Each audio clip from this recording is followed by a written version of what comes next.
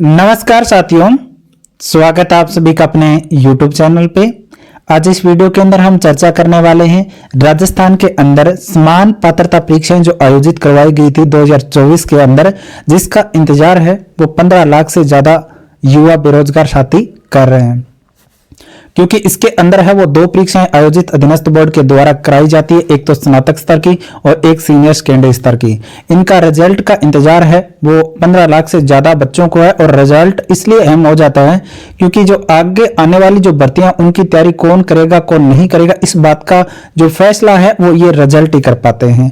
क्योंकि सबसे ज्यादा जो चिंता रहती है या सबसे ज्यादा आप कह सकते हो कि जिनको इंतजार है वो बच्चे हैं जिनके नंबर है वो थोड़े से कम बन रहे हैं। तो उनको चिंता रहती है कि क्या मैं पास होऊंगा या मैं फेल होऊंगा, इसको लेकर वो काफी चिंतित रहते हैं और तैयारी नहीं कर पाते हैं।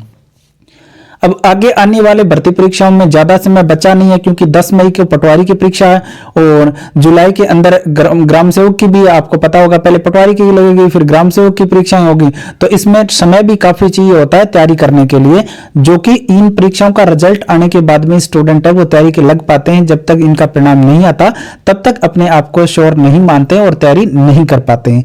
अब बात यह है, जैसे देखो जिनके 40% सही हो रहे हैं तो वो इसमें क्या माना जाएगा, पास माना जाएगा।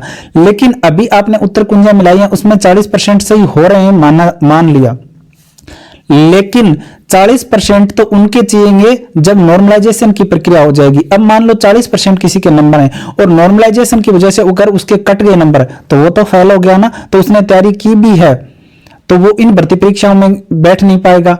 और जैसे देखो किसी के अगर 38% नंबर है, अब वो तैयारी नहीं कर रहा है क्योंकि उसको लगता है मैं फेल हूं, और अगर उसका नॉर्मलाइजेशन की प्रक्रिया में उसको नंबर मिल गए और वो क्या हो गया, पास हो गया, तो उसको समय फिर तैयारी करने का नहीं मिलेगा। तो इसको लेकर के जो समान पात्रता परीक्षा लगी थी उनका रिजल्ट आना काफी जरूरी हो जाता है, जिससे ये स्टूडेंट तैयारी कर सके। क्योंकि इन स्टूडेंट को जो टॉपर जो स्टूडेंट उनसे तैयारी ज्यादा भी करनी होती है क्योंकि इन्हें पीछे का भी मैटर है वो कवर करना पड़ता है।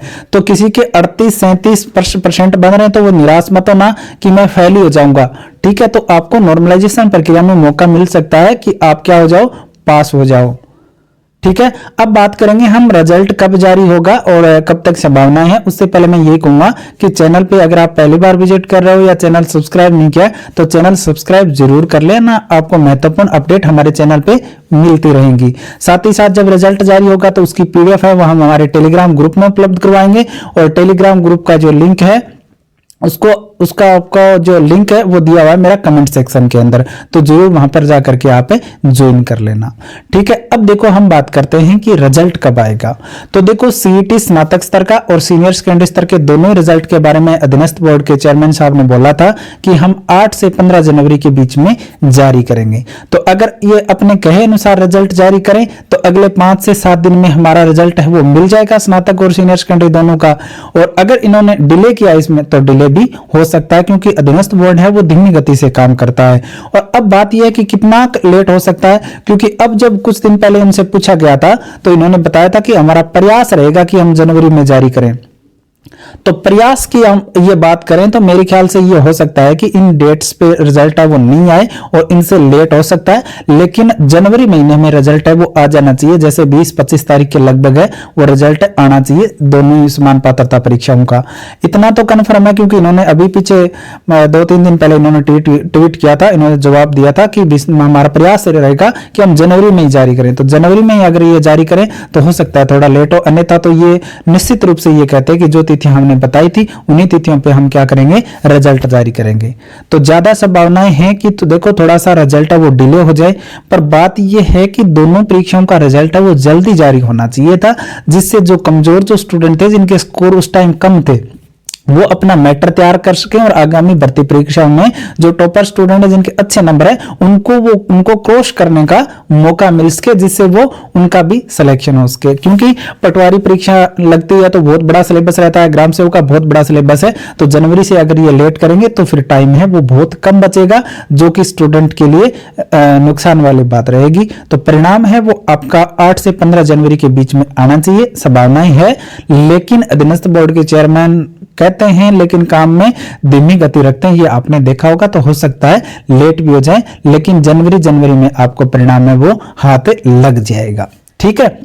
अब सीईटी स्नातक स्तर और सेकेंडरी स्तर की दोनों ही परीक्षाएं हैं वो पहले 1 साल तक मान्य होती थी पास होने पे, लेकिन अब सरकार के द्वारा 3 साल तक ये मान्य कर दी गई है। तो 3 साल तक ये परीक्षाएं हैं वो आप दे सकते हो। इसके बाद में जैसे कोई 2024 में उसमें फेल हो गया तो वो 2025 में परीक्षा लगेगी, उनमें बैठ के पास हो सकता है।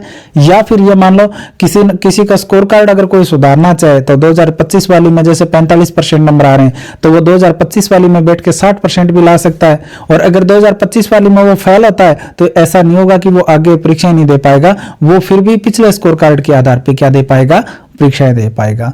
तो रिजल्ट को लेकर अपडेट यही है कि अब ये जो सप्ताह शुरू हुआ है अगले 5 से 7 दिन में आपको रिजल्ट है वो मिल सकता है, ज्यादा संभावनाएं हैं, लेकिन रिजल्ट है वो लेट भी हो सकता है। अपनी तैयारियां हैं वो जारी रखें। 37-36% तक नंबर है वो भी अपनी तैयारी जारी रखें, क्योंकि आपको नॉर्मलाइजेशन की प्रक्रिया में हो सकता है फायदा मिल जाए और आप पास हो जाए।